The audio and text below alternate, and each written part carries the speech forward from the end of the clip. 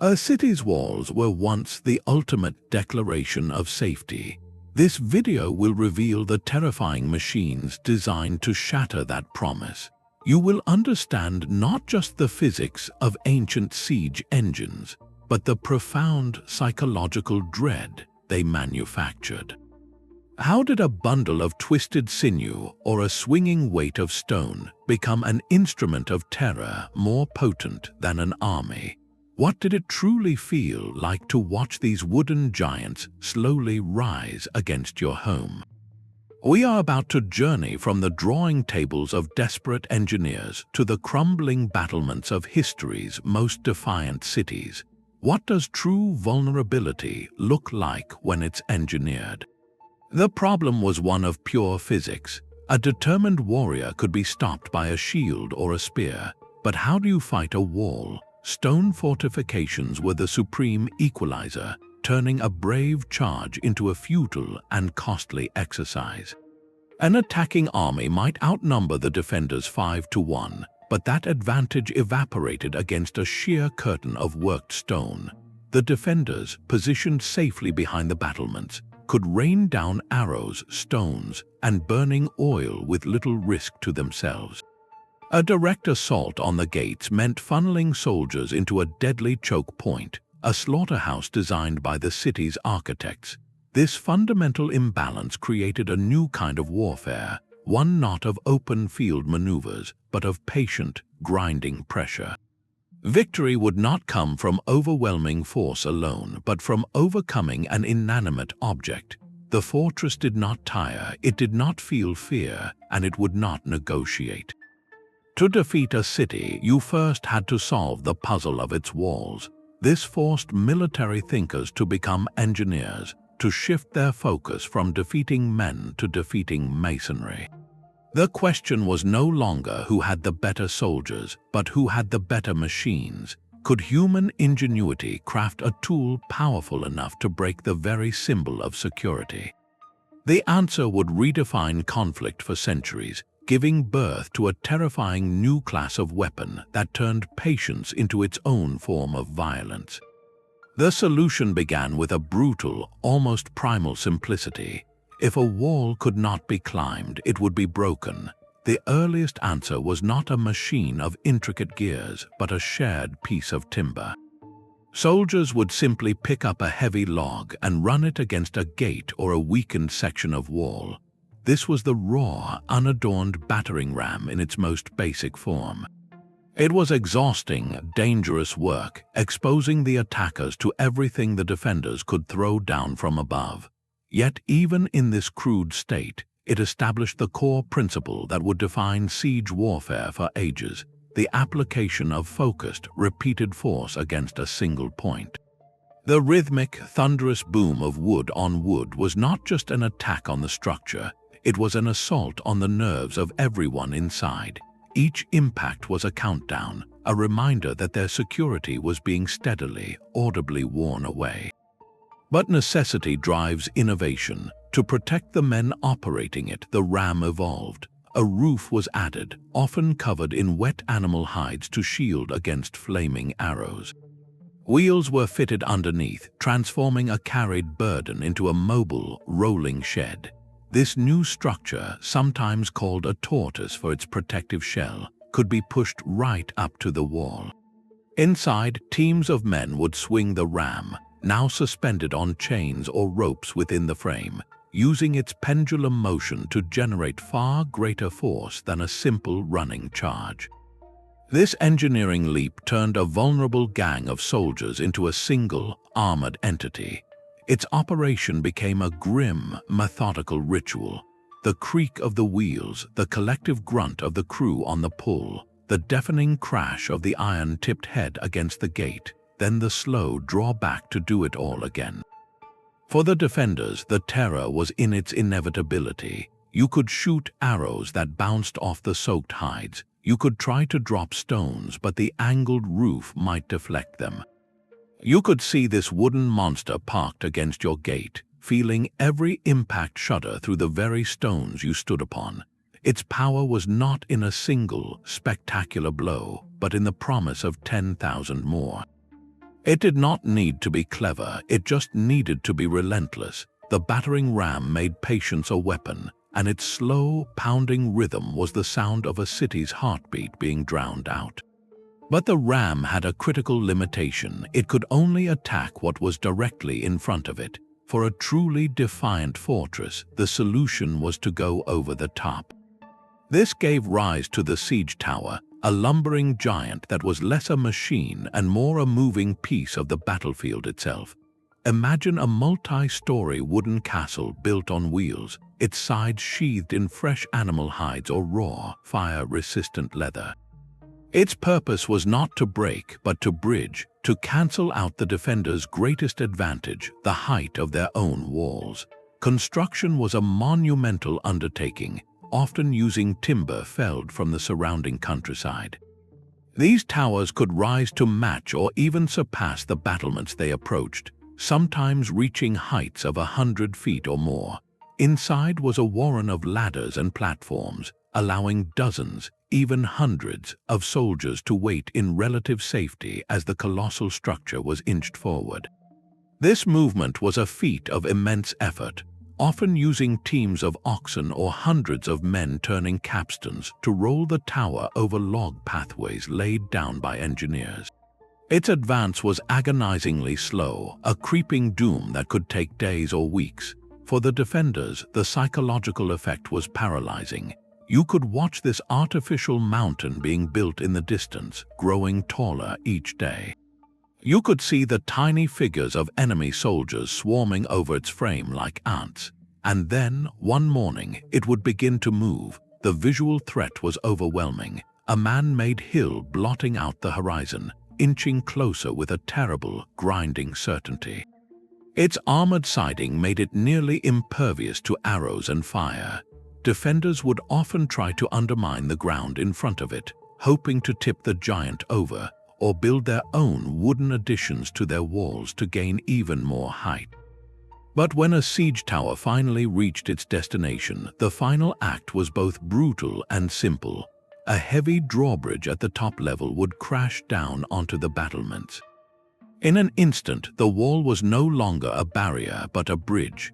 The attackers would pour across this gangway, transforming a fortified defensive position into a chaotic, close-quarters melee on a narrow ledge high above the ground. The siege tower did not just transport soldiers, it transported the entire front line of the battle directly onto the defender's doorstep. Its success relied on sheer, overwhelming presence, the ultimate expression of bringing the fight to them. Yet for all their imposing presence, rams and towers shared one fundamental constraint. They required the attackers to come dangerously close, to stand right at the foot of the walls they sought to breach. The next great leap in siege technology was about removing that requirement entirely. It began with a simple, profound question. What if you could hit the defenders without ever letting them hit you back? The answer arrived not with a crash but with a twang, heralding the dawn of the artillery revolution. This was the shift from weapons powered by human muscle to those powered by stored mechanical energy, a change that would stretch the battlefield and rewrite the rules of engagement. The earliest engines, like the large staff sling or catapult, used the leverage of a long throwing arm and a team of pullers to hurl stones. But the true transformation came with the mastery of torsion. This principle relied not on men pulling ropes, but on the incredible spring power held within tightly twisted bundles of animal sinew or human hair. Imagine taking the elastic energy of a stretched rubber band and scaling it up to a terrifying degree. Engineers would soak these fibrous cords, then twist them with winches into dense, spring-loaded coils. A wooden throwing arm was inserted between them. To fire the machine, crews would winch the arm back, stretching the cords and storing phenomenal potential energy. Releasing a trigger would snap the arm forward with brutal speed, launching its projectile in a high, arcing trajectory.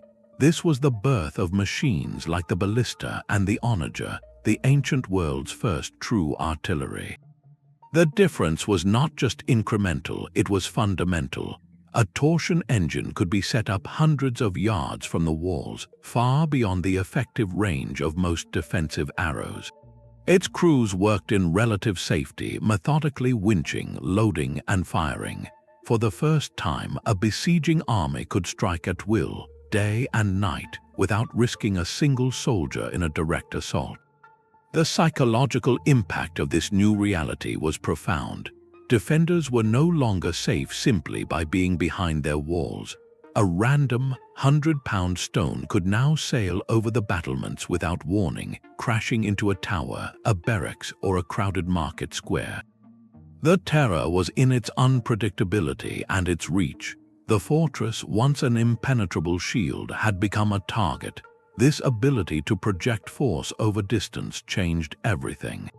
It allowed an army to soften up defenses, target key structures, and grind down morale long before any infantry ever advanced.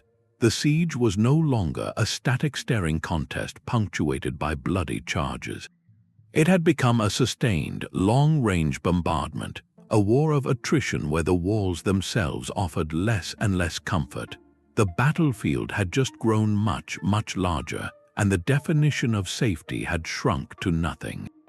The true genius of these engines lay hidden within a simple wooden frame. At its heart were two tightly wound bundles, not of rope or metal, but of organic material, usually animal sinew. This was the torsion spring, the revolutionary component that transformed muscle power into mechanical fury. The process of creating these springs was a craft in itself. Long strands of sinew, the tough fibrous tissue from around the joints of animals, were carefully cleaned and soaked. While still wet and pliable, they were twisted into thick cords, then wound around two vertical wooden posts anchored to the heavy main frame of the engine. Using a large winch, engineers would turn a windlass, twisting these bundles tighter and tighter. The level of tension was critical, a matter of precise judgment and experience. Too loose and the throw would be weak, too tight and the sinews could snap under the strain, potentially destroying the machine and injuring its crew. Once the desired tension was achieved, a wooden throwing arm was inserted horizontally between the two spring bundles. To fire the engine, this arm was winched back almost to a horizontal position, stretching the already taut sinews to their absolute limit. The potential energy stored in those twisted fibers was immense. When the trigger was released, the springs unleashed their power in an instant, snapping the arm forward with a violent, shuddering force that could hurl a stone the weight of a person in a high, arching flight. This system turned the frame into more than just a support structure. It became a contained energy cell. The heavy timber construction was not just for stability. It was necessary to withstand the incredible recoil forces generated every time the engine fired. The entire machine would lurch backward, a testament to the power it had just channeled.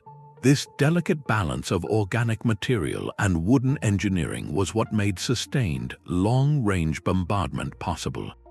It was a marriage of nature's resilience and human calculation, where the strength of a bull or a horse was translated, stored, and released on command, hundreds of yards away from its source.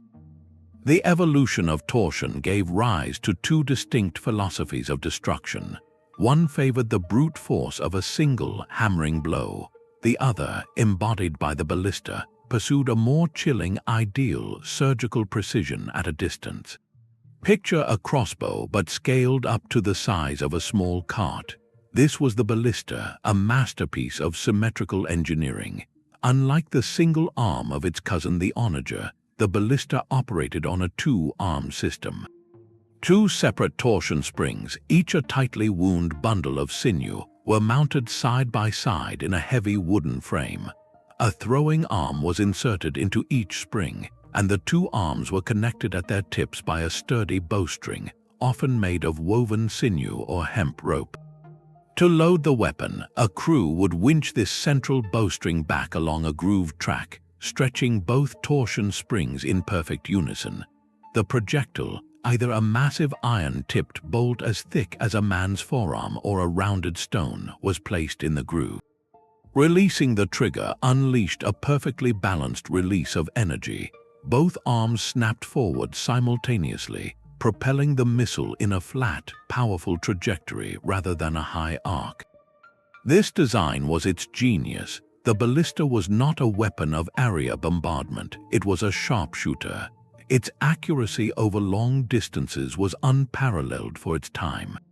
A skilled crew could reportedly place a heavy bolt through a specific window opening or a narrow gap in the battlements from several hundred yards away.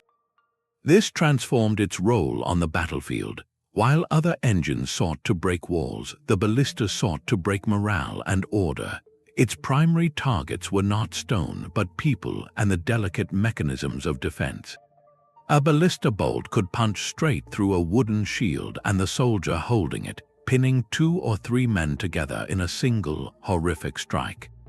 They were used to target defenders manning the ramparts, systematically clearing sections of the wall to allow other engines or infantry to approach.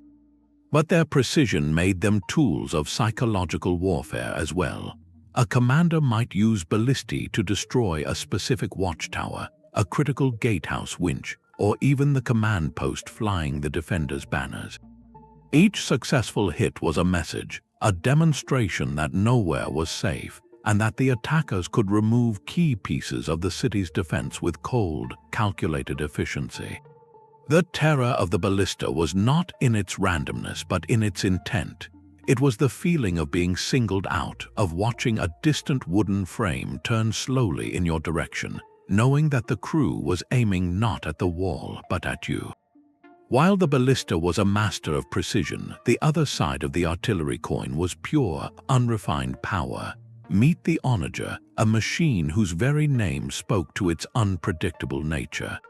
Named for the wild donkey known for its violent kick, this engine was the siege workshop's sledgehammer. Its design was a study in brutal simplicity. Instead of 2 balanced springs, it relied on a single, massive horizontal torsion bundle, a thick coil of twisted sinew mounted within a heavy, vertical frame. A single, long throwing arm was inserted into the center of this spring. But here was the key innovation. At the end of this arm was not a spoon or a cup, but a leather sling. This simple addition was a stroke of engineering genius. As the arm was winched down against the immense tension of the spring, the sling would lie along a trough on the machine's frame, cradling its payload, often a large rounded stone. When the trigger was released, the arm would whip forward in a vertical arc. At the peak of its swing, one end of the sling would release, acting like a gymnast letting go of a spinning rope. This sling action effectively extended the length of the throwing arm at the critical moment, multiplying the speed and power transferred to the stone. The result was a towering, high-arcing shot perfect for lobbing heavy projectiles over defensive walls to strike deep within a city. Its trajectory was its purpose. It was a weapon of indirect fire, meant to demoralize and destroy infrastructure, not to pick off individual soldiers. The Onager's most infamous characteristic, however, was its legendary recoil. The force of the arm slamming into the horizontal crossbeam of the frame was so tremendous that the entire machine would lurch backward, sometimes even lifting its rear end off the ground. This violent shudder is what earned it the name of the kicking donkey. Crews learned to build these engines on massive piles of stone or timber to absorb the shock, and they always stood clear after firing. Operating an Onager was not a delicate art of aiming. It was a coordinated effort of power management. Teams would adjust the torsion, the weight of the projectile, and the release point of the sling to try and control where the stone would land, but a degree of terrifying randomness always remained. For those inside the besieged city, the Onager represented a different kind of fear. You might not see it fire from its distant position. Your first warning would be a faint whistling from above, growing louder, followed by the catastrophic crash of a boulder through the roof of a home, a temple, or a storehouse. Its power was impersonal and apocalyptic, a reminder that even the city's inner sanctums were now part of the battlefield. but the word catapult itself has become a kind of historical shorthand, a catch-all term we use for any ancient machine that throws a stone. In truth, it was not the name of a single weapon, but a category, a family of engines united by one terrifying purpose. Within this family, a quieter revolution was taking place, one that moved away from the twanging sinew of torsion and back to the most basic source of power available, human weight and coordination. This was the Traction Trebuchet, a machine that looked deceptively simple but whose operation was a masterpiece of synchronized effort. Picture a tall wooden frame with a long pivoting beam. On the short end of this beam hung a heavy box or basket filled with stones for counterweight. On the much longer end was a sling holding the projectile. But here was the key difference: the power did not come from the counterweight alone. Instead, a team of men, sometimes dozens of them, would grab ropes attached to the short end of the beam. On command, they would pull down together with all their might. This collective human effort, combined with the falling counterweight, would whip the long arm upward at incredible speed, releasing the sling to hurl its stone. The sound of a Traction Trebuchet in action was not a twang or a crash, but the unified shout of a crew and the deep groan of straining timber. Its genius was in its scalability and its rhythm. More pullers meant a heavier shot or a faster reloading cycle. It was a machine built around the manpower of the army that operated it, turning coordinated labor into a relentless, rhythmic bombardment. While it lacked the raw power of its massive successor, the Traction Trebuchet played a crucial role in the evolution of siegecraft. It represented a bridge, a transitional step that proved the overwhelming effectiveness of the counterweight principle. It showed engineers that the path to greater power did not necessarily lie in tighter twisted sinews, but in heavier weights and longer levers. This lesson would culminate in the creation of a machine so dominant, so physically imposing, that it would not just break walls, but shatter the very era of castle defense itself. Yet the true king of the siege field arrived not with a twang, but with a deep, groaning creak of timber under immense strain. The Counterweight Trebuchet was the ultimate expression of mechanical advantage, a machine so elegantly simple in concept and so devastatingly effective in practice that it rendered many older engines obsolete. Its revolutionary heart was not a bundle of twisted sinew, but a massive box filled with earth, stones, or lead, swinging freely at the end of a pivoting beam. This was a fundamental shift from stored elastic energy to the pure, predictable force of gravity. The principle was that of a giant seesaw. A team would use winches to slowly lower the long throwing arm, raising the multi-ton counterweight high into the air and locking it in place. The crew would then load a massive stone, sometimes weighing several hundred pounds, into a sling attached to the arm's tip. With a pull of a release pin, gravity took command. The counterweight plunged downward, and the long arm whipped upward with terrifying speed, the sling extending its reach at the last moment to hurl the projectile in a high, arching trajectory. The power generated was on a scale previously unimaginable. While a torsion engine might lob a 100-pound stone, a large trebuchet could heave a 500-pound boulder over a city wall. The sound of its operation was a symphony of dread, the groan of the winch, the shuddering thud of the released counterweight, the whistle of the stone in flight, and finally the distant, thunderous crash of impact. Its engineering allowed for a consistency and range that torsion machines struggled to match. By adjusting the weight in the counterweight box or the length of the sling, operators could fine-tune their shots with a degree of control, systematically battering a single section of wall until it crumbled. The sight of these wooden giants being constructed in the distance, their towering frames and massive counterweights silhouetted against the sky, was a psychological weapon in itself.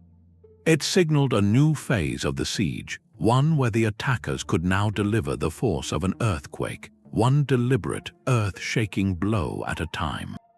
The trebuchet's terrifying power was born from a deceptively simple arrangement of wood and rope. Its core was the throwing arm, a massive timber beam that acted as a giant lever. This arm was not centered but pivoted on an axle mounted high on a stout wooden frame, creating a short section on one side and a much longer section on the other. The magic was in this imbalance. Attached to the short end was the counterweight, a hinged box filled with tons of stone or earth. This hinge was a critical innovation, allowing the weight to swing freely like a pendulum as it fell, transferring its energy more efficiently to the arm than a fixed weight ever could. On the long end of the arm hung the sling, a length of rope with a pouch for the projectile. The sling was not just a holder, it was the final accelerator. One end was permanently fixed to the arm's tip, while the other was looped over a curved metal hook, the release pin. As the arm whipped upward, the stone would be dragged along a trough, building speed. At the precise moment when the arm reached the optimal angle, the loop would slip off the pin. This release transformed the stone's circular motion into a soaring arc, effectively adding several more feet of leverage at the last possible second. The engineers controlled the machine's behavior with these elements. A longer sling meant a higher, farther throw.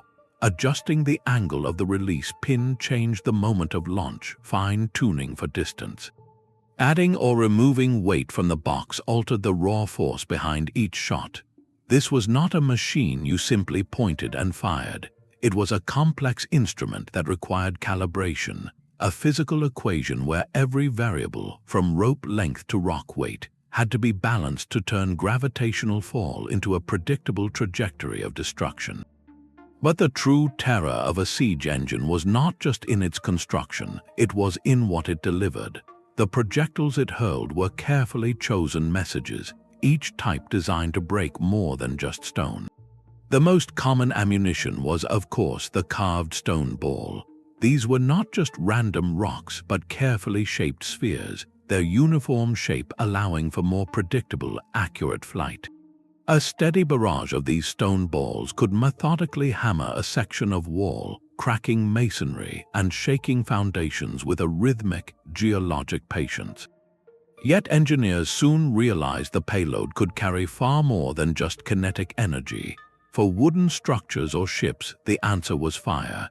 Clay pots filled with pitch, oil, or the infamous Greek fire, a secret incendiary compound that burned even on water, would be launched in high arcs. The sight of these flaming comets tracing through the sky promised not just impact, but an unstoppable, spreading inferno that could gut a tower or set an entire neighborhood ablaze. But the psychological arsenal grew even darker. Historical accounts tell of armies launching the remains of diseased animals over city walls, a grim attempt to spread illness and contaminate water supplies within the besieged community. This was a form of early biological warfare, weaponizing hardship itself. In some of the most intense conflicts, severed heads of captured soldiers or even messengers might be catapulted back into the city. This was not a tactical move to cause physical damage, but a brutal, calculated strike against morale. It was a direct communication to every person on those walls, a graphic demonstration of the fate that awaited them and a vicious attempt to break their will to resist. The choice of ammunition transformed the siege engine from a simple wall breaker into a versatile broadcaster of dread. It could deliver the impersonal force of a boulder, the horrifying chaos of fire, or the intimate, personalized threat of disease and mutilation. Each launch was a statement, telling the defenders exactly what kind of war they were now fighting. The engineers had become choreographers of fear, selecting the perfect projectile to amplify the despair echoing within the stone confines of the city. Behind every groan of timber and whistle of stone was a living, breathing machine far more complex than the wood and rope. Operating these giants was a feat of human choreography, demanding not just strength but precise, disciplined teamwork. A single trebuchet or ballista required a crew of dozens, each with a specialized role, transforming a mob of soldiers into a single, efficient organism. At the top were the engineers, the masterminds who understood the geometry of force and the temperament of their wooden beast. They decided where to place the machine, how much weight to load, and how to adjust the sling for the perfect trajectory. Beneath them worked the carpenters and blacksmiths, a mobile workshop constantly repairing stress fractures, replacing frayed ropes, and forging new iron fittings under the pressure of an ongoing siege. Then came the muscle, the teams of laborers and soldiers who brought the engineers' calculations to life. For a large counterweight trebuchet, this process began with the slow, back-breaking work of winching the arm down. Men would strain at giant capstans, walking in a circle to turn the windlass, a rhythmic, grunting dance that could take minutes to raise the multi-ton counterweight into firing position. Once locked, loaders would scramble to place a massive stone into the sling, often using a wooden crane or sheer manpower. The signal to fire was not a shout, but a focused silence before the storm. A designated crewman would pull the release pin with a sharp tug, and the world would erupt into motion, but the work did not end with the crash of impact. Immediately, the cycle began again. Winches were remanned, the arm was hauled back down, and another stone was rolled into place. This relentless rhythm could be maintained for hours, even days, a testament to both endurance and organization. These crews lived and slept near their engines, their lives dictated by the machine's needs. They developed a deep, intuitive understanding of its quirks, knowing the exact creak that meant a beam was under too much stress or the particular whistle of a well-launched stone. They were the true heart of the siege, turning mathematical principles and raw materials into a sustained, terrifying drumbeat against the walls. The true weapon of a siege was not just the stone that hit the wall, but the unending noise that filled the air long before it did. A besieged city existed inside a dome of sound, a relentless auditory landscape engineered to fray the nerves and crush the spirit. It began with the distant, rhythmic thud of axes felling trees, the first warning that the attackers were building something monstrous. Then came the hammering and sawing from the enemy camp, a continuous industrial drone that signaled your own walls were being turned into the instruments of their downfall. But the true symphony of dread started when the engines themselves came to life. The deep, groaning creak of a trebuchet's winch as its counterweight was raised was a sound of immense strain, a promise of pent-up force. The sharp twang of a ballista's sinews releasing was like a giant bowstring snapping, followed instantly by the unnerving whistle of its massive bolt cutting through the air. The most terrifying sound, however, was the one with no immediate source at all. It was a growing whisper from above that swelled into a roar, the sound of a 200-pound stone describing its high, arching path through the sky. For a few heartbeats, that was the only sound in the world. Then came the crash, a thunderous impact that shuddered through the very stones underfoot, followed by the secondary clatter of crumbling masonry and splintering wood. This was not a single event, but a constant, unpredictable rhythm. By day, the cacophony of shouts from enemy crews, the bellowed orders, and the collective grunt of men pulling ropes formed a backdrop of hostile industry. By night, the sounds morphed into something more sinister. The occasional, startling crack of a test shot in the darkness, the sentry's cry of alarm, the distant, echoing laughter from the enemy fires, all conspired to make rest impossible. Sleep deprivation became a silent ally of the besiegers. The auditory assault stripped away any sense of normalcy or peace, replacing it with a state of perpetual, jangling anxiety. You could close your eyes, but you could not close your ears to the proof that the outside world was methodically, noisily, working to erase yours. This constant sensory bombardment was as calculated as any engineering diagram, a psychological siege engine built from decibels and dread. Their most potent weapon was their sheer, impossible scale. To stand on the walls of a besieged city was to witness the landscape itself being reshaped by hostile intent. The slow, groaning advance of a siege tower was not merely the movement of a machine. It was the horizon itself marching toward you, a man-made mountain blotting out the familiar skyline. Every detail was magnified to inspire dread. You could see the individual planks in its armored hide, count the figures of enemy soldiers peering from its dark openings, and trace the shudder of its massive wheels as they crushed the earth. Its progress was measured not in speed, but in the irreversible closing of a gap, a visual countdown to the moment its drawbridge would crash down and erase the safety of your high ground. Similarly, the trebuchet was a spectacle of engineered drama. From a distance, its operation was a slow, deliberate ballet. The winching of its arm, the agonizingly slow ascent of the counterweight box filled with countless tons of rubble, all of it visible and unstoppable. Then came the release, a sudden transformation of potential into violent kinetic poetry.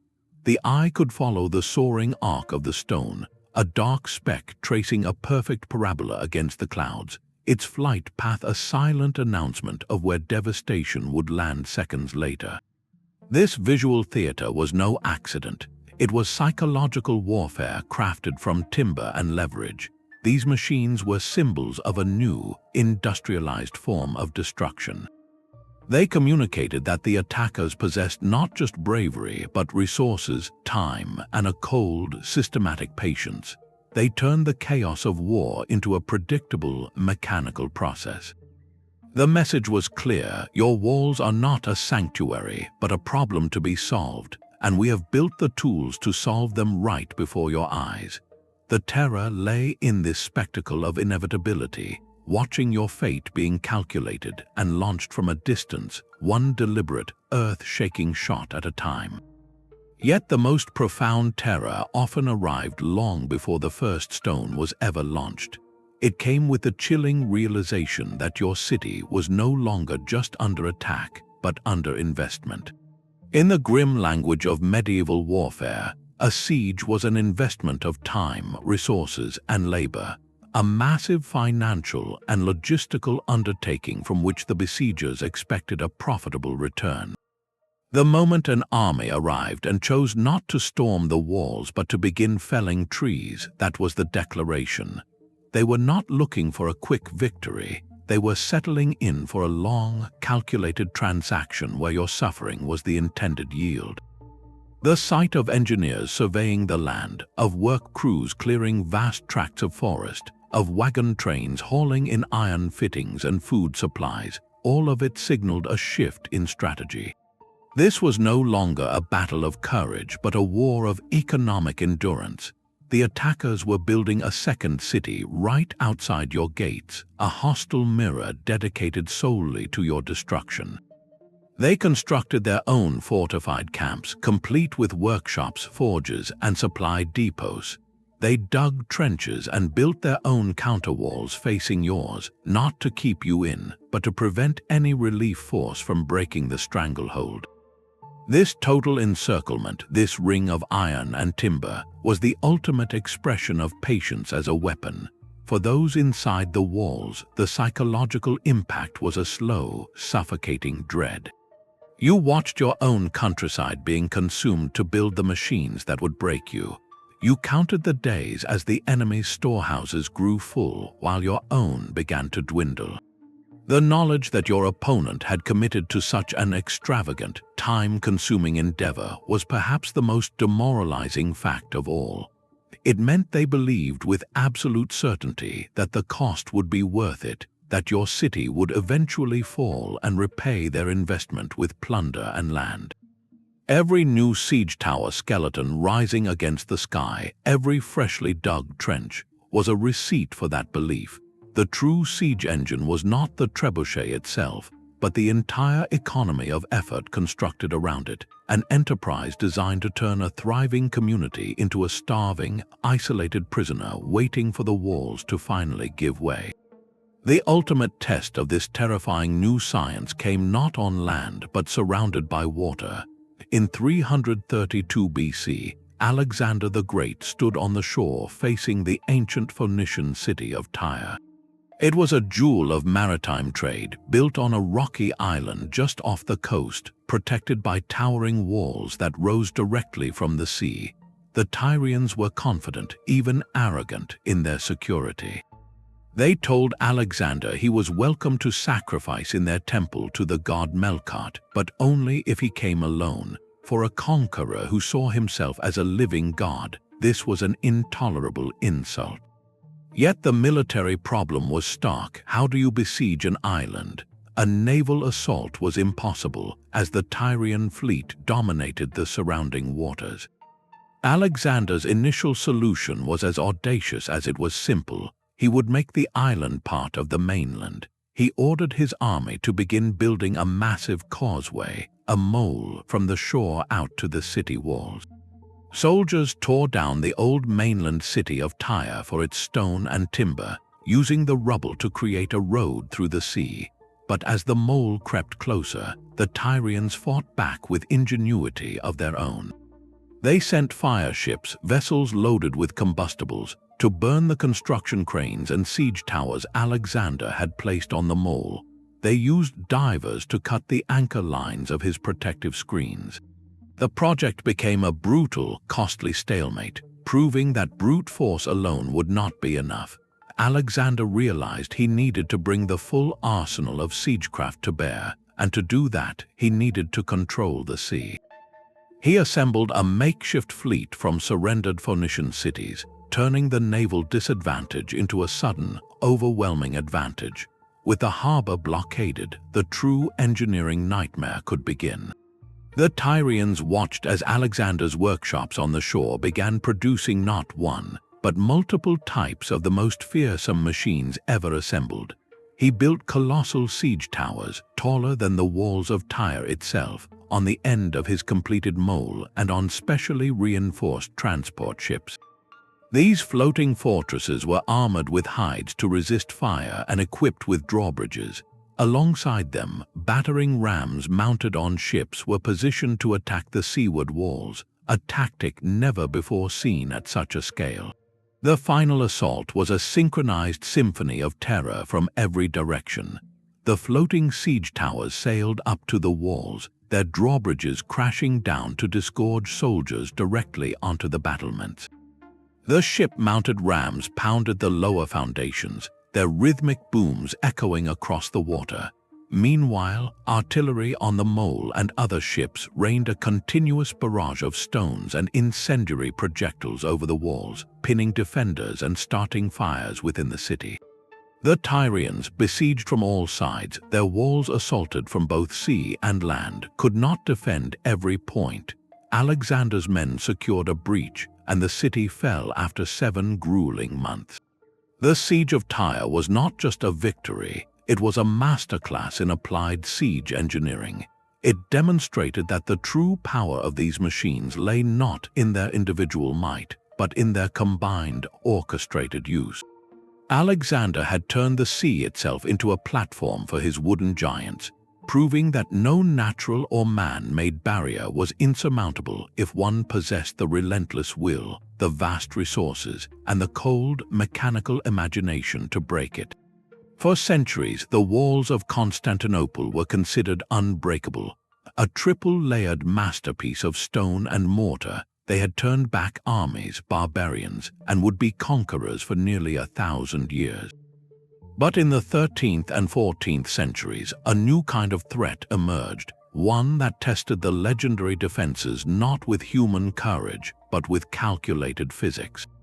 The weapon of choice was the massive Counterweight Trebuchet, and its arrival at the gates of the great city marked a pivotal moment in the arms race between fortress and engine. During the Fourth Crusade in the year 1204, and again in later sieges, attackers hauled these wooden giants into position.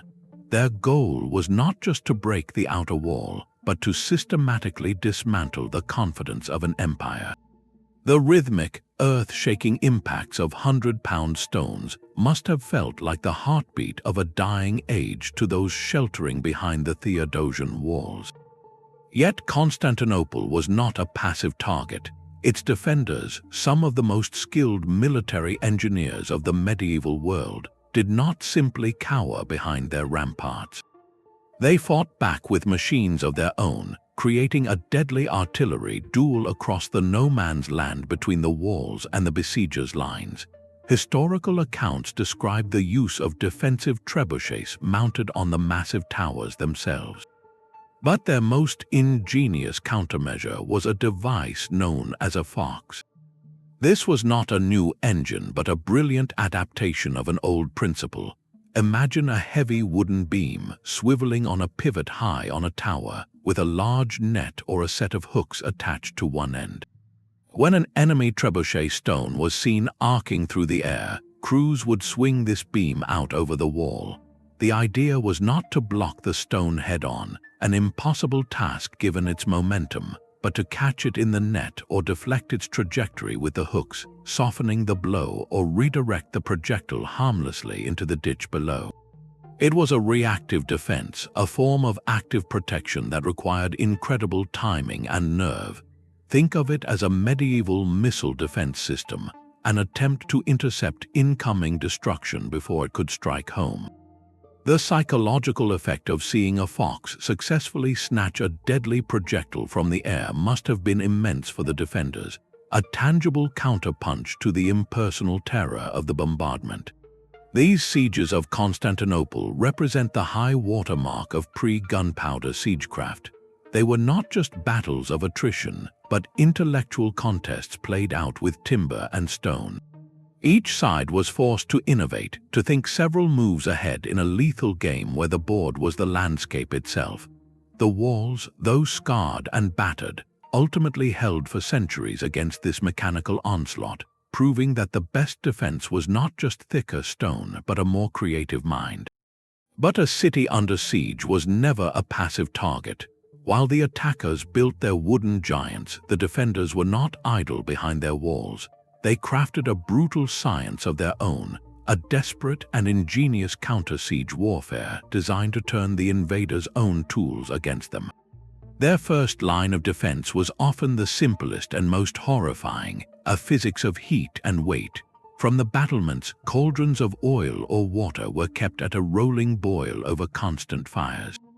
When scaling ladders or battering rams pressed against the walls, defenders would pour this searing liquid down upon the men below. The effect was devastating, a wave of agony that could incapacitate an entire assault team in seconds. Sometimes they used heated sand, a substance that was far cheaper and cruelly effective. The fine, superheated grains would pour through the seams of armor, burning the skin and causing unbearable pain, often forcing soldiers to strip off their protection in the middle of the fight, leaving them utterly vulnerable. These were not weapons of grand spectacle, but of intimate, terrible efficiency, turning the very act of touching the wall into a potentially fatal mistake. Yet the most daring countermeasure required leaving the safety of the walls entirely. Under cover of darkness or during a feint, small, elite groups of defenders would conduct a sally. A postern gate would creak silently open, and a band of warriors would slip out into the no-man's land. Their target was not the enemy soldiers, but their precious, vulnerable machines. Carrying torches, pitch, and tinder, these raiders would sprint to the siege towers, trebuchets, and rams sitting idle in the night. The goal was swift and total, to set the wooden frameworks ablaze before the enemy camp could fully react. Success meant destroying months of labor in a single, fiery stroke, a psychological victory that could delay a siege for weeks. These missions were incredibly dangerous, a gamble with the highest stakes. But for a defender watching a towering inferno light up the night where an enemy engine once stood, it was a tangible strike back, a proof that the attacker's patience and investment could be burned away in an instant. On the walls themselves, the artillery duel was constant. Cities like Constantinople mounted their own ballistae and smaller catapults on towers and bastions. These defensive engines had a clear advantage: the height of the wall itself. They could fire down on the besiegers' camps and their own artillery positions with plunging shots.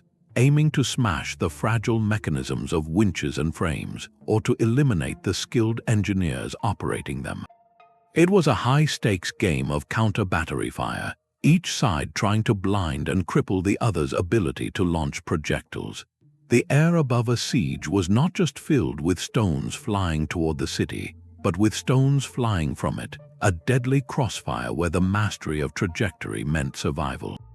Perhaps the most lasting innovations, however, were carved not from wood but from stone itself. As projectile weapons grew more powerful, architects rethought the very shape of defense. The old, square towers that had defined castles for centuries had a fatal flaw. Their flat walls and sharp corners were perfect targets for trebuchet stones. A direct hit on a flat surface transferred all its energy, cracking and crumbling the masonry. The solution was the rounded bastion. By curving the walls of towers and fortifications, engineers created a deflective surface. A stone striking a curved wall would be more likely to glance off. Its energy dissipated along the slope rather than driving straight in. This was a profound shift from simply building thicker walls to building smarter ones. It was an admission that defense could no longer rely on brute mass alone, but on geometry, on using the physics of the attack to neutralize its own force. These rounded, sturdy towers began to dot the skylines of later medieval castles, a silent testament to the evolutionary pressure applied by the trebuchet. The fortress was learning to roll with the punch. The true target of every siege engine was not the wall, but the human spirit behind it. The relentless mechanical assault, the spectacle of destruction, and the slow drain of resources were all calibrated to achieve a single, devastating result, a surrender of the will long before the final stone fell. Imagine the mental landscape inside those walls.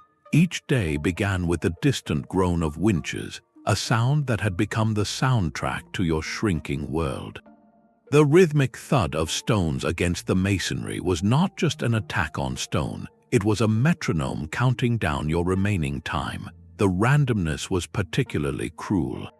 A projectile might crash into a home one street over today and into the building next to yours tomorrow. This created a state of pervasive, low-grade terror where no one, not a child, an elder, or a soldier on the wall, could ever feel truly safe. The fortress, designed as a sanctuary, had become the most dangerous place in the city. Sleep became a fragmented memory, shattered by nighttime bombardment designed solely to fray nerves and exhaust the defenders. The constant alertness required to simply survive drained energy and clouded judgment, making coherent defense increasingly difficult. Alongside this sensory bombardment ran a quieter, more insidious clock, the clock of scarcity. As weeks turned into months, the sight of half-empty grain sacks and the taste of watered-down ale became daily reminders of a closing trap. The confident abundance of the first days of the siege gave way to rationing, then to hunger, and eventually to the grim awareness that every mouthful consumed was one less left for tomorrow. Disease, often born from overcrowding and poor sanitation, would begin to move through the population, a silent enemy that the thickest walls could not keep out. Leaders inside the city faced an impossible calculus. Every day they held out preserved their honor and their chance for a relief army that might never come. But every day also meant more of their people would face hardship, more homes would be crushed, and more of the city they were sworn to protect would be reduced to rubble. The besiegers knew this. They would sometimes launch the bodies of animals over the walls, a grim message about the filth and illness to come, or use trebuchets to deliver sealed letters promising mercy if the city surrendered now, but utter destruction if it forced a final, bloody assault. This combination of psychological pressure was often overwhelming. To look out and see the enemy's camps well supplied, their forges burning day and night, their engineers calmly adjusting their machines for better accuracy, was to witness a terrible, patient confidence. The defenders were not just fighting an army, they were fighting an industrial process devoted to their eradication. The final, crushing realization was that the attackers could afford to wait. They had turned the entire landscape into a machine, and the city was merely the raw material being processed. When the will of the people and their leaders finally broke, it was rarely at the moment a battering ram splintered the gate. It was more often the day before, when the collective spirit could no longer bear the weight of another dawn filled with the sound of saws and the whistle of falling stone. The surrender was not an admission that the walls had failed, but that the minds and hearts within them could endure no more. Yet for all their terrifying power, the reign of the trebuchet was living on borrowed time. A new, more violent chemical reaction was already smoldering in the workshops of alchemists and military engineers, a reaction that would not just challenge the wooden giants, but erase them from the battlefield entirely. The substance was gunpowder, and its weapon was the cannon. The first cannons were crude, dangerous tubes, prone to bursting and wildly inaccurate, but their potential was undeniable. They represented a fundamental shift from stored mechanical energy, like a twisted spring or a falling weight, to the instantaneous, explosive expansion of gases.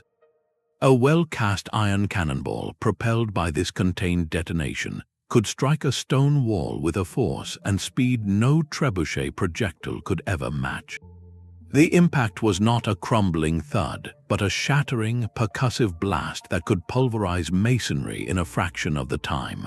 More importantly, it could do so from a distance that made the massive, vulnerable frames of trebuchets look like quaint and clumsy relics.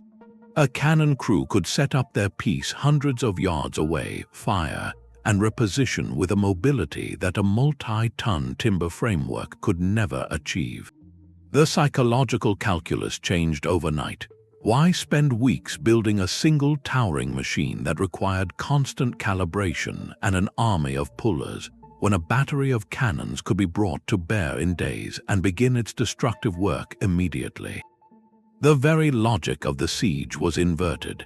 Where trebuchets relied on the patient, rhythmic application of force, cannons delivered sudden, overwhelming violence. The sound of warfare itself transformed from the groan of wood and whistle of stone to the deafening, earth-shaking roar of the gun. Fortress architects were the first to understand the new reality. The high, relatively thin curtain walls that had deflected trebuchet shots for centuries were now death traps. A cannonball would punch straight through them or collapse entire sections in a single salvo. The response was the Star Fort, with low, thick, sloping walls of earth and stone designed to absorb cannon shot, but that is a story for another era. For the classic wooden siege engine, the message was clear. The age of patient leverage and soaring trajectories was over. The machines that had terrified cities for millennia, the products of humanity's most ingenious mechanical minds, were finally defeated not by a better wall, but by a louder bang. They faded from the field not with a final, glorious shot, but with the quiet realization that a new, more efficient kind of terror had taken its place at the bargaining table of war. Their legacy is not measured in shattered stone alone, but in the fundamental shift they created in the human experience of conflict. These engines were masterpieces of applied fear, turning the patient work of engineers into a slow, grinding theater of dread. They taught us that the most powerful weapon is not always the one that delivers the final blow, but the one that makes its target believe resistance is futile long before the walls come down. They transformed warfare from a clash of heroes on an open field into a calculated industrial process, where the resources of an entire landscape were harvested to break a single point of defiance. In doing so, they forced a revolution in both attack and defense, spurring architectural genius in the rounded Bastion and the Star Fort, and laying the logistical groundwork for armies to come. More than any knight or king, it was the anonymous carpenter, the rope maker, and the mathematician who understood leverage that truly reshaped the medieval world. Their creations stand as a stark reminder that throughout history, human ingenuity has always been a double-edged sword, capable of building magnificent shelters and then devising ever more terrifying ways to shatter them. The silence that followed the last trebuchet shot was not an end, but a transfer of this terrible knowledge, a passing of the torch to the next era of engineers who would learn to harness a chemical explosion instead of a falling weight. The siege engine's ultimate victory was not in conquering any single city, but in permanently rewriting the equation of safety, proving that no wall, no matter how thick, could ever be stronger than the inventive, relentless mind seeking to overcome it.